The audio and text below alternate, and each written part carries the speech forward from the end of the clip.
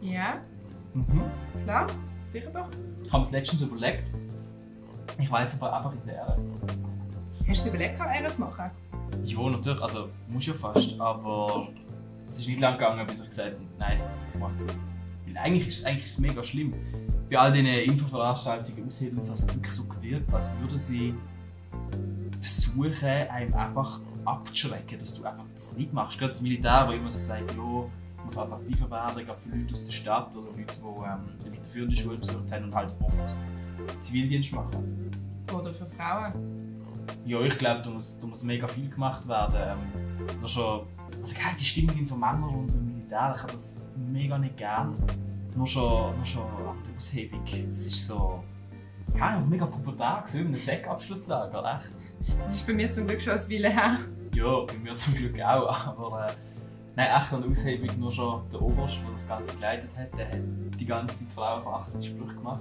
Er hat so Kasernen vorgestellt, er hat gesagt, ja, in Thun übrigens hat es die schönste Frau im Ausgang und so.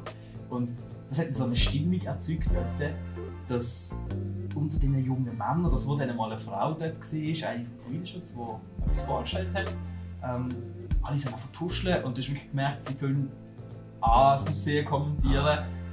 Und es ist so weit gegangen, dass sie am Schluss dann eigentlich gezwungen war, einen Kommentar zu ihrem Museum zu machen. Also zu der Uniform, die sie angehabt hat. Ich weiss nicht, ob das so eine Stimmung ist, wo dort irgendwie dazugehört, dass sich alle daran gewöhnt haben, aber das haben wir einfach abgelöscht. Und wegen dem Oberst hast du etwas gesagt? Ja, heikle Frage. Ich habe mich mega schlecht gefühlt. Ich habe dort im Moment selber nichts gesagt. Von allen. Und es war unangenehm im Nachhinein, das wollte ich eigentlich schon sagen.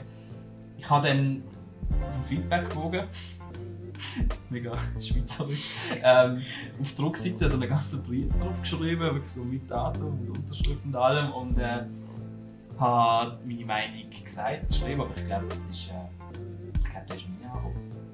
Und vor allem im Nachhinein hat mich das dann einfach mega aufgeregt, weil weißt du, wenn dort in dem Unterrichtssaal eine Kappe anhat, es ist so gesehen, dann ist es so ein riesen Zeugs und dann sagt der Oberst etwas und dann musst du sie abziehen, weiss was. Aber wenn es nachher irgendwie darum geht, dass Frauen objektifiziert werden, dann macht der Oberst mit oder fährt sogar an. Es ist einfach so, Ja, kein Wunder ist der Verein unattraktiv für Frauen. Man hört ja jetzt überall ein bisschen so, ja, sie wollen mehr Frauen ins Militär holen. Und auch Frauen haben eine Pflicht gegenüber dem Vaterland.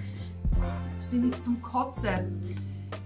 Und vor allem kommt dann die Aussage von überwiegend weißen alten Männern, die dann so sagen, so, ja, mit der Emanzipation kann man halt auch Pflichten mit sich. Und dann ist es nur mehr als fair, wenn auch Frauen eine Wehrpflicht haben. Da muss ich einfach sagen, hey, nein, das stimmt einfach nicht.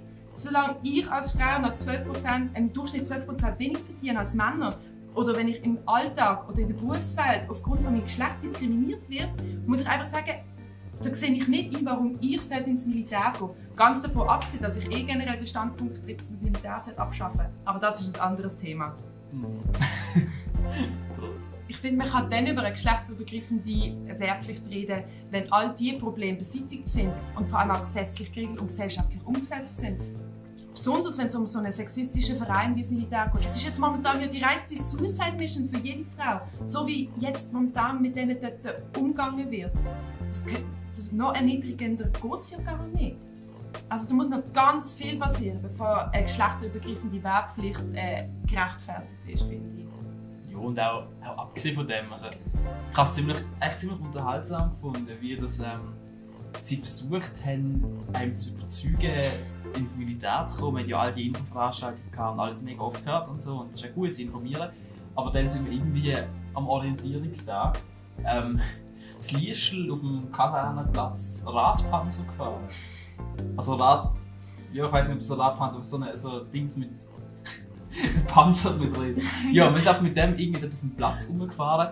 Wir sind hinten gesessen und das ist einfach gefühlt, als würdest du wie in so einem Shooter-Game, also es ist ein bisschen unangenehm gewesen, wenn sie uns Splitterschutzweste gegeben, also die 40 Kilo Säcke, die du anziehen konntest, und dann wollten eine ungeladene Waffe in die Hand drücken, um zu schauen, wie schwer das Zeug ist und so, was auf uns zukommt. Und ich bin also so, nein, danke, waffenloser Dienst. Und die Infanterietypen aus dem Bereitschaftsbataillon, weißt du was, die haben mich so angeschaut, was bist du für einer, was bist du da? Aber du musst ja dort sein, ich meine... Ja, musst du einfach. Ja. Aber jetzt nicht also irgendetwas Positives gesehen? Hast du ein Sportabzeichen geholt oder so? Knapp nicht. Wirklich knapp nicht. Hast du gut gesehen?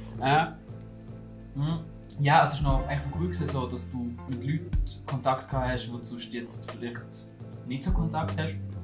Es war einer da aus dem Oberbaselgebiet und der hat so ein Dosenbier am Oben. Und der hat gesagt, jo, ich bin letztens ein bisschen angetrunken auf dem Ausgang heimgefahren. Und ich dachte, mit Velo und so. Nein, sicher nicht mit Velo. Das war ein Auto, aber es ist hoffentlich nichts passiert. Also, nein, sicher nicht und so. Und es ist mega lang gegangen, bis wir herausgefunden haben, dass der mit dem Traktor im Ausgang geht. Oder dem oben. Und es ist mega toll gewesen, er hat es so selbstverständlich erzählt. Und echt ein mega cooler Typ. Ja, so, aber viel mehr noch nicht. Du hast wenigstens etwas gelernt.